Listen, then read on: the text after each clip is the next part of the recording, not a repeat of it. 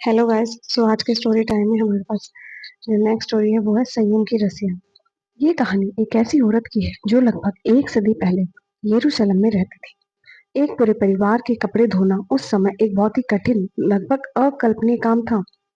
एक दिन 6 घंटों की कमर तोड़ मेहनत के बाद उसने धुले हुए कपड़े खंभों के बीच पूरे आंगन जितनी लंबी 2 रस्सियों पर सूखने के लिए लटका दिए।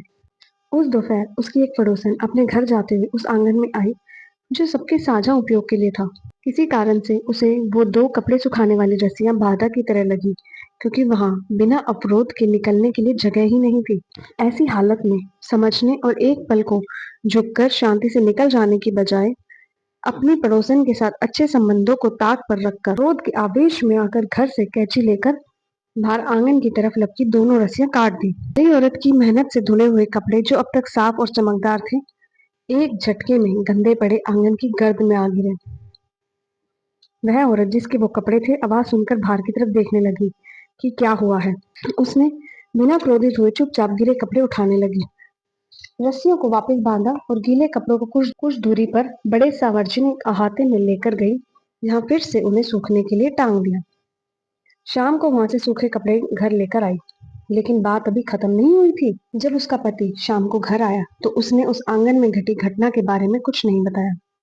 ये दूसरी निंदा और बदनामी न करने की परीक्षा पहली से शायद बड़ी थी, इसलिए भी क्योंकि भविष्य में भी उसकी बुरी पड़ोसन से ऐसी घटना अपेक्षित थी।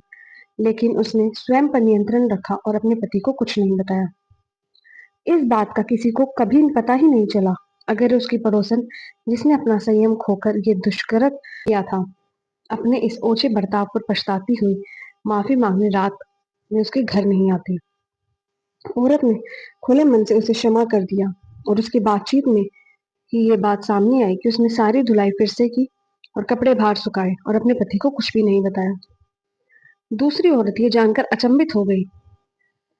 अपने पड़ोसन के धैर्य से प्रभावित होकर उसने दिल से दुआ मांगी कि भगवान परीक्षा की घड़ी में तुम्हारी तरह मेरी स्वयं पर नियंत्रण रखना सीखने में मदद करे। तो इससे हमें क्या सीख मिलती है कि थोड़ा सा संयम आपको बहुत आगे ले जाता है, इतना कि आप उसके परिणाम से आश्चर्यचकित रह जाएंगे।